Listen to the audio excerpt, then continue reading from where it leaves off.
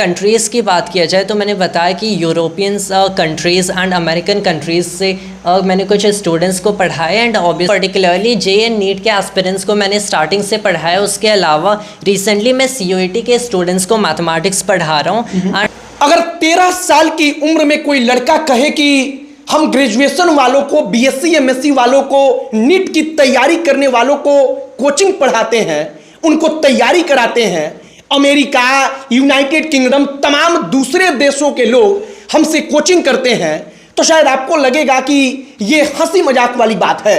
लेकिन हमारे बगल में उत्तर प्रदेश के देवरिया जिले के रहने वाले सारिम खान हैं, जिनका अगर वीडियो आप देखेंगे और इनके अंदर जो क्वालिटी है वो क्वालिटी देखेंगे तो आपको प्यार हो जाएगा फिजिक्स से और मैथ से। फिजिक्स और मैथ से प्यार हम इसलिए बोल रहे हैं क्योंकि समझाने का तरीका, पढ़ाने का तरीका और एक इंटरेस्ट पैदा कराने का तरीका किसी सब्जेक्ट में इनके पास गजब की है। हम इसके पहले लगभग 10-15 मिनट हमने इनको सुना और उसके बाद से हमने सोचा कि सारिम से बातचीत की जाए, सारिम को आप तक पहुंचाया जाए। सबसे पहले सारिम, आपका बहुत बहुत स्वागत है और वाकई में हम फैन हो गए आपके। Thanks sir, thanks a lot, appreciate. अच्छा, एक बात बताइए, आप इस वक्त पर फिजिक्स और मैथ पढ़ा रहे हैं। हमने सुना कि अमेरिका के लड़के पढ़ रहे हैं, जो UK है वहाँ के लड़के पढ़ रहे हैं, अपना पड़ोसी देश पाकिस्तान हुआ, नेपाल हुआ, बांग्लादेश हुआ, इन तमाम देशों के लड़के पढ़ रहे हैं। तो यह सब कुछ हुआ कैसे? जर्नी की शुरुआत कैसे हुई? सर एक्चुअल में ये लॉकडाउन में था। उससे पहले मैं एक्चुअल में काफ़ी ज़्यादा इंग्लिश लिटरेचर पढ़ता था। अच्छा। लेकिन लॉकडाउन के बाद, स्पेशली लॉकडाउन में ही, मैंने स्टीफन हॉकिंग की ये बुक पढ़ी थी, a brief history of time, जहाँ से मेरा इंटरेस्ट फिज़िक्स में आया। तो वहाँ पे जब मैंने देखा कैसे फिज़िक्स इन सारे ग्रैंड क्वेश्चंस जिसमें मैं काफ़ी ज़्यादा इंटरेस्टेड हुआ को एड्रेस करते हैं, उन्हें आंसर करता है, तो मैंने एक टर्न लिया फिज़िक्स और मैथ्स के टुवर्ड। तो मैथमेटिक्स को ऑल्दो मैंने एज अ टूल पढ़ा जो कि मुझे हेल्प करेगा फिज़िक्स करने में, जो कि मेरा हमेशा से प्राइमरी इंटरेस्ट रहा है। तो वहाँ पे मैंने और फिज़िक्स पढ़ा, उसे और पढ़ने की कोशिश किया। स्टार्टिंग में ज़्यादा कुछ समझ नहीं आया, लेकिन फिर मैंने काफ़ी ज़्यादा बुक्स पढ़ी, काफ़ी अलग अलग ऑथर्स की बुक्स पढ़ी, तो बाद में आगे जाके चीज़ें समझ आने लगी एंड वहाँ से मैंने जर्नी कंटिन्यू ही रखा।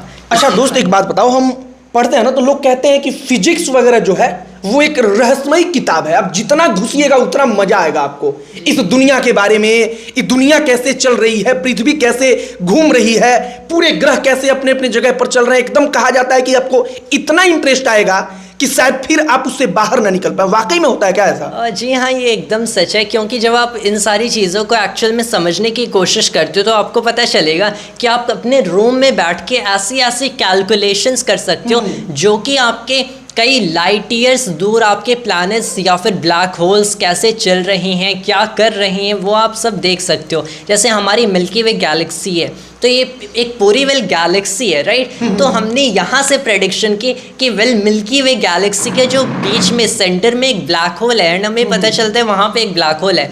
हम लोग यहाँ से बैठ के क्या मर्क्यूरी एंड वीनस जैसे प्लैनेट्स की ऑर्बिट्स देख सकते हैं कैसे। इनफैक्ट ये जो चीज़ है ये काफ़ी तो हिस्टोरिकल भी मैं कहूँगा, कंसिडरिंग कि आइजैक न्यूटन ने अपनी law of gravitation, laws of motion दिया एंड उन्होंने दिखाया कि कैसे आप यहीं से इन सारी मैथमेटिक्स को यूज़ करके इन सारे प्लैनेट्स की ऑर्बिट्स को कैलकुलेट कर सकते हो एंड वो सारी चीज़ें काफ़ी एक्यूरेट भी थी। फिर आइंस्टाइन भी आए, उन्होंने अपनी जनरल रिलेटिविटी दिया एंड वहाँ से ब्लैक होल्स की प्रेडिक्शन हुई। एंड यू कैन कंसिडर कि वेल आप यहाँ पे अभी इस टाइम में हो, अभी साल 2024 है एंड यहाँ से आइंस्टाइन की थ्योरी प्रेडिक्शन करती है कि 13.7 बिलियन ईयर्स पहले यूनिवर्स की एक शुरुआत हुई। तो हम लोग ये भी जान सकते हैं ये सारी चीज़ें शुरू कैसे हुआ। ऑल्दो अभी ये जो एज है 13.7 बिलियन ईयर्स, रिसेंटली साइंटिस्ट काफ़ी कंफ्यूज हैं वेदर ये एक एक्यूरेट एज है।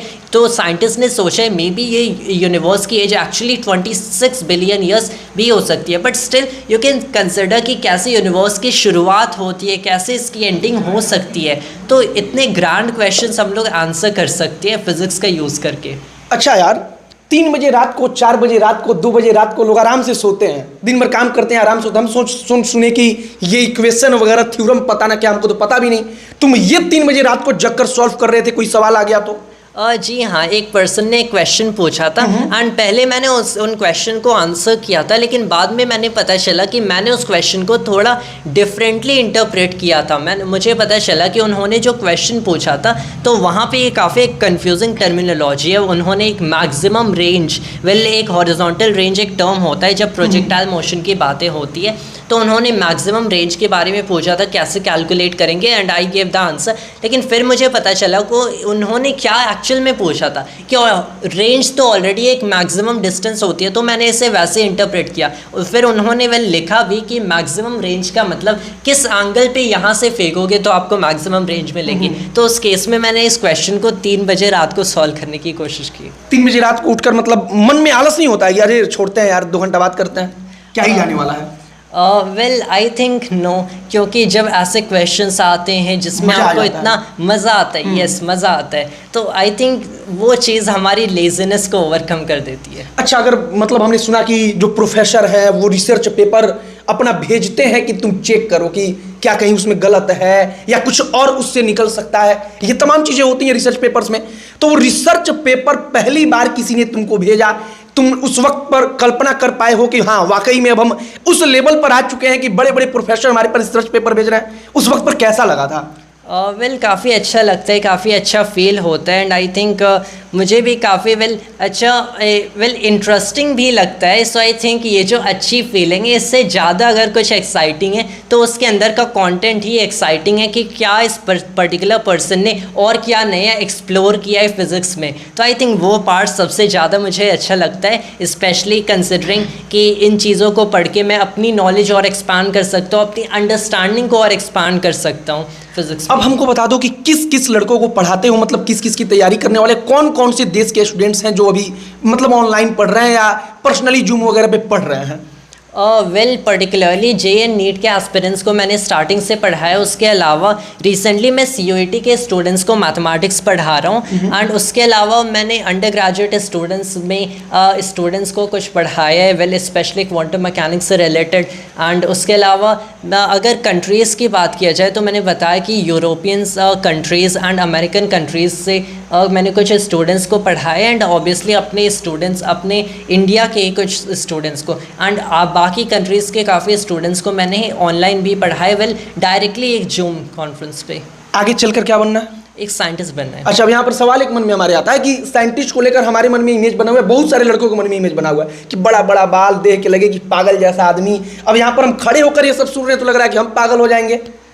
ये जो बड़े बाल वाला एक काइंड का स्टीरियोटाइप बना है कि मोस्ट ऑफ द टाइम ऐसा होता है कि आप उन साइंटिस्ट को ऐसे देख रहे हो जब वो लोग ऑलरेडी बूढ़े हो चुके थे। तो मुझे लगता है कि उस टाइम ये चीज़ काफ़ी कॉमन है किसी भी काइंड के प्रोफेशन में, कंसिडरिंग हाँ वो लोग अपनी चीज़ों में इतने इंटरेस्टेड होते हैं, स्पेशली एल्बर्ट आइंस्टाइन से रिलेटेड कि उनके ऐसे कुछ बाल थे, राइट। लेकिन आई थिंक मोस्ट लोग जो कि एल्बर्ट आइंस्टाइन को जानते हैं, जो कि फिजिक्स के फील्ड से नहीं है, उन्होंने आइंस्टाइन की स्टार्टिंग की पिक्चर्स नहीं देखी, जो कि काफ़ी हैंडसम मैन थे रियली।